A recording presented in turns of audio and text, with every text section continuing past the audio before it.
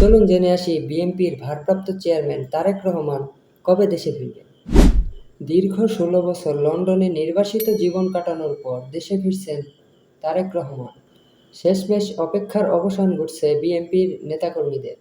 তারা প্রহর গুনতে শুরু করেছেন কবে তাদের মাঝে ফিরে আসবেন তাদের নেতা। জানা গেছে আইনি প্রক্রিয়া সহ প্রয়োজনীয় আনুষ্ঠানিকতা শেষ হলেই যে কোনো সময় লন্ডন থেকে বাংলাদেশের উদ্দেশ্যে রওনা হবেন তারেক রহমান। দেশে ফিরে শক্ত হাতে করবেন মামলার মোকাবেলা।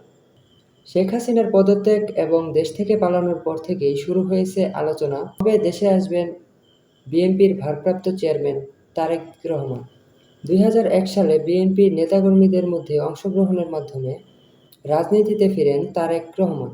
দেশের বিশৃঙ্খল পরিস্থিতি সৃষ্টি হওয়ার পরিপ্রেক্ষিতে ২০০৭ সালে ১১ জানুয়ারি নিয়মতান্ত্রিক তত্ত্বাবধায়ক সরকারকে অপসারণ করে সেনা সমর্থিত তত্ত্বাবধায়ক সরকার গঠন করা হয়।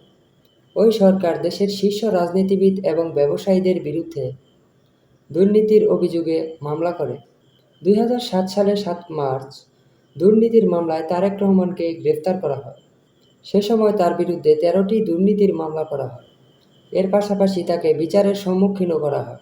গ্রেফতারের কিছুদিন পর তারেক রহমানকে আদালতে হাজির করা হলে তারেক রহমান গুরুতর অসুস্থ হয়ে পড়ে। তার উপর গুরুতর নির্যাতনের ফলে সে অসুস্থ হয়ে পড়ে।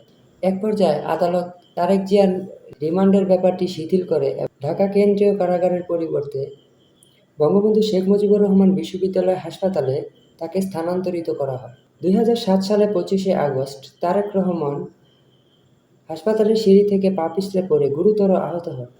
এতে দেশের বিভিন্ন স্থানে বিক্ষোভ দেখা দেয়। বিশেষ করে ঢাকা, চট্টগ্রাম এবং রাজশাহী বিশ্ববিদ্যালয়ে বিক্ষোভ ছড়িয়ে পড়ে। এক পর্যায়ে ২০০৮ সালে তারেক রহমানের নামে মামলা করাগুলো আদালতে গতি পায় এবং ২০০৮ সালের ৩রা সেপ্টেম্বর তারেক রহমানের সব মামলায় জামিন হয় এবং বঙ্গবন্ধু শেখ মুজিবুর রহমান মেডিকেল বিশ্ববিদ্যালয় থেকে চিকিৎসাধীন অবস্থায় তিনি মুক্তি লাভ করেন। এরপর ১১ সেপ্টেম্বর রাতে তিনি উন্নত চিকিৎসার জন্য যুক্তরাষ্ট্রে পাড়ি জমান এবং এখনও তিনি সেখানেই আছেন। তবে খুব শীঘ্রই দেশে ফিরবেন বলে আশা করা যাচ্ছে।